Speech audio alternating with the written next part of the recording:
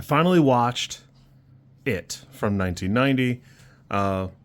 If it matters to you, a lot of people have it classified as a miniseries. There is like a 3-hour cut of it on HBO, so that's what I watched. I've never seen it, but a lot of people my age have, and so, I thought, whatever, I'm trying to capture all these like little horror moments from way before that I missed or didn't watch or didn't care about, so thought I'd give it a shot. This is super interesting. Tommy Lee Wallace has a handful of directing credits.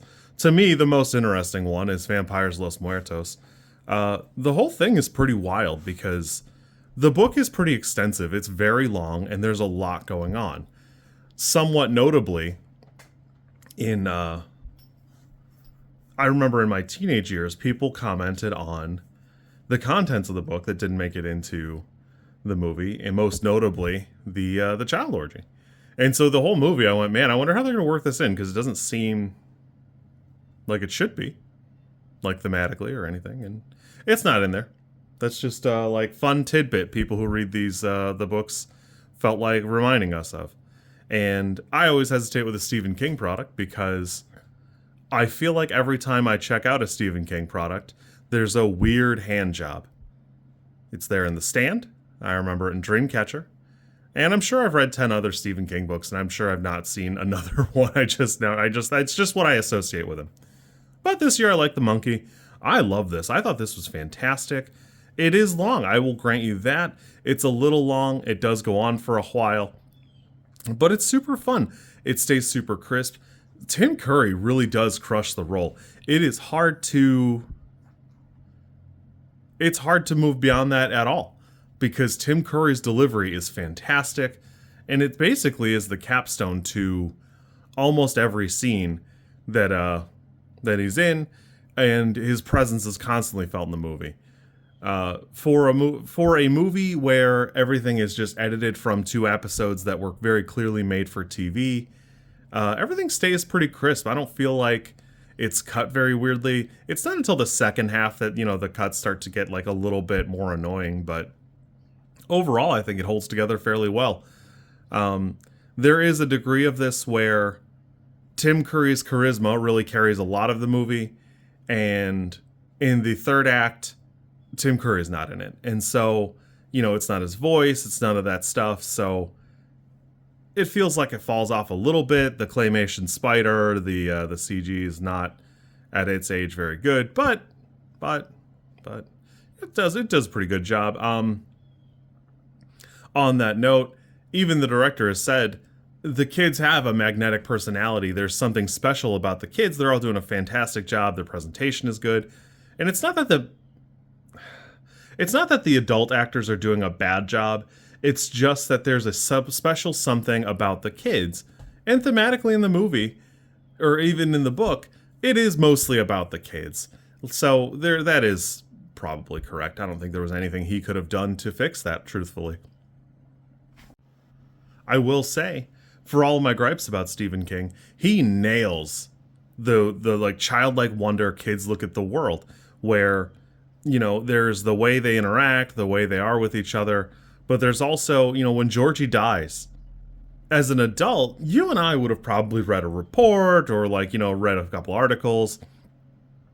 It's not super clear what happens, that they're super sure Georgie is dead, but it's not super clear in the movie what happened. He's dead, that's it. There's no casket, there's no funeral, there's just a book and a room preserved perfectly for grieving parents.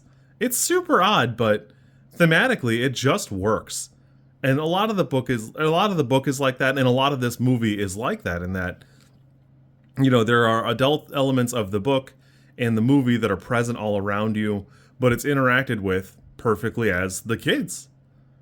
I will say that, the Bullies from the 50s is hilarious to me, but for the time, it's probably correct. In the same way that Biff seems like a bozo now from Back to the Future. But the movie is very dated.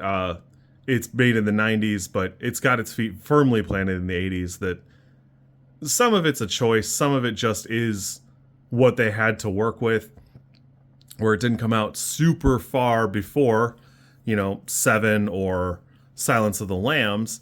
But, the book is set in the 60s and the 80s, so this is about on course for that. It works. It does a good job. Everything looks good. Everything stays pretty crisp. I had a good time. The only thing that I think is really dated is, again, the claymation spider, the animation stuff for that, but realistically, I don't know what better it could have been. I had a good time with this. I'm glad I watched it now when I can fully appreciate it and really enjoy it. And I really enjoyed this. I thought this was really good. This is probably an 8 for me. Again, it's a touch long, but realistically, for the length of the book, I don't know how much shorter it possibly could have been. And I had a good time. Tim Curry, fantastic. Great delivery. You can definitely feel him just locking in. And yeah, I had a good time. You kids be good. Oh, I had to look up a couple things. In the book, Beverly's husband or boyfriend or whatever, he also comes to Derry alongside what's his name's wife. That they all get involved with the bully character to enact Pennywise's revenge, I guess. I believe he dies. But I had to look it up because I thought it was weird that they just kind of forget about him. Like, what are they going? Are they driving home to beat his ass? What's going on here? What's going on here? I also appreciate the way the memories of Pennywise or the things about it fade from their, like, in the book, even the writings are fading away. Where in the movie, it's just your memories and, the one kid has the journals and stuff. Super good. I had a great time. If you're thinking about watching this or checking it out, it's definitely worth a watch. Above and Beyond, it's pretty good. Also, culturally, you need to understand anybody who could or would have watched this movie at that time probably did. Like that Tim Curry Pennywise is probably their experience with it. And then whatever Anthony Machete made later, I haven't watched that yet, but I think it's Andy Machete. But like that is their like 1990s evil clown thing. So there's that. You'd be good. If you like this content, I'm supposed to ask you to like, comment, and subscribe. I think I think like is here, and comment is probably down there, and subscribe over there somewhere too. I think. I don't know how many times this like snippet is gonna make it into a video. Everybody says you should do it this way, and I always thought it was just like an annoying thing other YouTubers did. And as you know, I am bad at editing, so if you like it, great, I'm happy for you. If you don't like it, I'm sorry.